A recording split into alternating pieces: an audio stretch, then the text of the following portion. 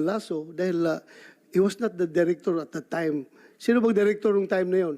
No, sir, Your Honor, hindi po natin, lilinawin ko, hindi ko ina-accuse si General Lasso. Ang inaano ko lang po is yung mandato.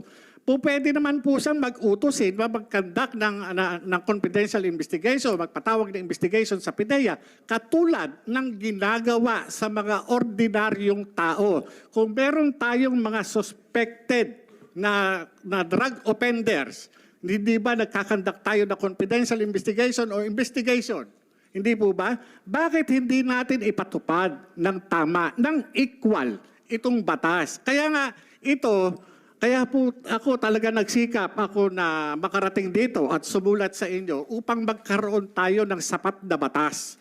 Kasi kung titignan ninyo, itong problema natin na minumulto ang ating Pangulo, hindi po sana darating dito sa sitwasyon na makakaladkad ang pangalan ng Pangulong Marcos kung ginagawa lamang ng PIDEA yung kanyang mandato.